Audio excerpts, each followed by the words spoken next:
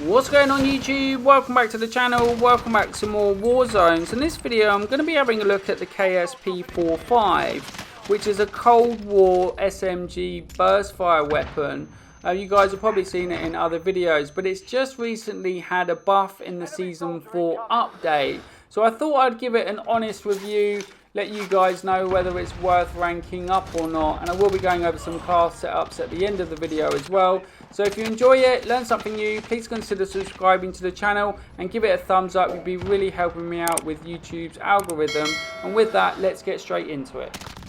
So in the recent update, they increased the maximum damage range by 16.6%.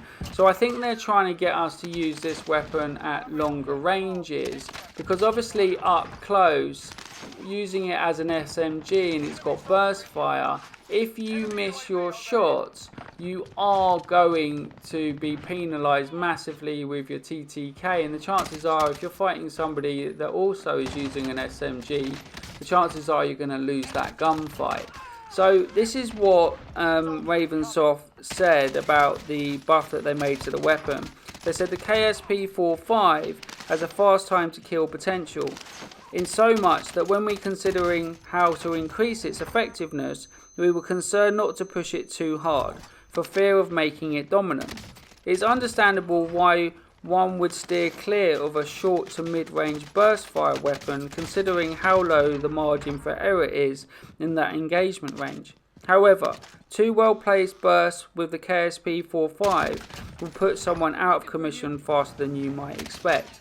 Now I kind of agree with them on that if you get two bursts on someone and you get chest or headshots, they are going to go down, and it has a really good TTK and absolutely melts. The only issue is like I said, is if you miss any shots, then the chances are you're going to lose the gunfight. Now I do like burst weapons, and I do also like single shot weapons. I'm a big fan of the FAL because it's a high skill weapon, and this definitely falls into that category. If you're not somebody that can hit your shots and spam the trigger at the same time, then you're going to struggle with this weapon. So I'm not sure that it will become meta because not many people will use it. But let's have a look at the class setup that I was using in this video. So this is the current loadout that I'm using with the KSP-45. I'm using the sound suppressor over the agency suppressor because of the aim down sight speed.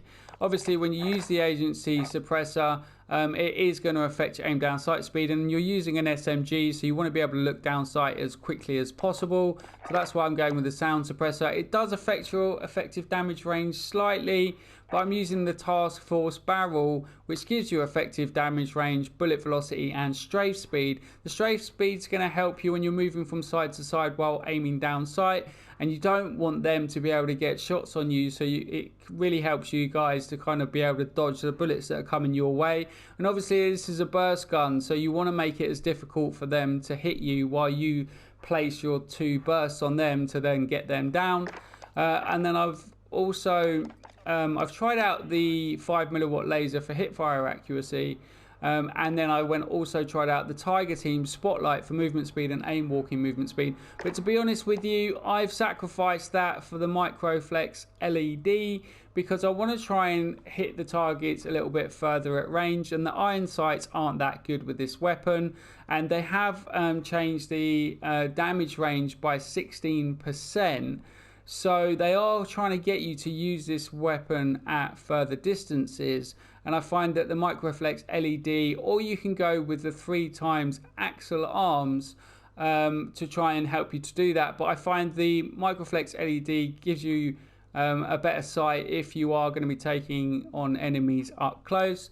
And then I'm using the SAS combat stock over the Raider stock purely because I like the mobility of the combat stock. You can move around so much faster while aiming down sight. The Raider stock is really more for sort of sprint to fire time, so if that's what's important to you, then maybe give this one a go. And then I'm using the Stanag 48 round mag, which is the biggest mag that you can get.